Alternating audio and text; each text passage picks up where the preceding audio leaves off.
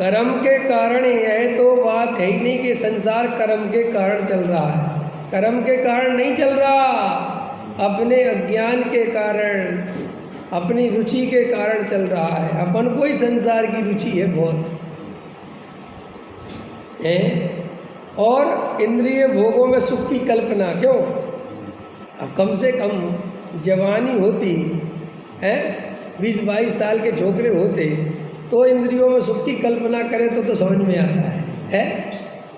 अपन तो अब मरने को हो गए, अपनी तो पर्याय जाने वाली है। तो ये 25-30 साल में, 40 साल में समझ में नहीं आया कि पंच इंद्रिय के विषय भोगों में कोई सुख नहीं है। सब तो छोड़ दे, क्या छोड़ दो तो इससे बढ़िया बात नहीं, लेकिन नहीं छूट पाते तो इनमें सुख बुद्धि तो तोड़ दो। इनमें ये निर्णय तो कर लो कि कोई सुख नहीं है, तब इससे क्या फ़ायदा होगा? इससे तुम्हारे जीवन में आसक्ति नहीं होगी, तुम उनके पीछे पागलों की तरह नहीं भागोगे, समता रहेगी, अनैतिक नहीं होगे। पैसे में सुख नहीं, ये बात अगर समझ में आ जाए तो फिर पैसा उतना ही कमाओगे जितनी ज़रूरत है। पागलों की तरह स्वाध्याय छोड़ के, देवशास्त्र गुरु को छोड़ के पैसा पैसा ये बंद हो जाएगा। ये तो इसलिए हो रहा है कि बेहोशी में पड़ा हुआ है। जैसे देखो, किसी ने शराब पी ली और पड़ा है नाले में,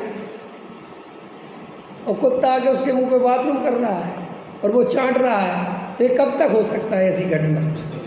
जब तक बेहोश पड़ा है तभी तक हो सकता है। अगर होश आ जाए अरे तो कितनी देर रहेगा वहाँ? ऐसे ही ये पैसा कमाना शराब पीने जैसा है, पागलों की तरह कमाना। लगे हैं स्वाध्याय छोड़ के, तत्व छोड़ के, उम्र हो गई है 55 साल, 60 साल, 65 साल, फिर भी लगे पैसा पैसा पैसा। कह रहे सेठ जी स्वाध्याय, कह रहे अरे ठीक है यार। तो आचार्य कहते बिल्कुल मदहोश बेहोश पड़ा है, कुछ होश नहीं। तो क्या कहते हैं? इन इंद्रिय भोगों में सुख की कल्पना, यह मिथ्या दर्शन है। मिथ्यात्व क्या है? इंद्रिय भोगों में सुख की कल्पना। क्यों? क्योंकि इंद्रियों के भोगों में सुख नहीं है और तुम सुख मानते हो, इसका नाम मिथ्या दर्शन।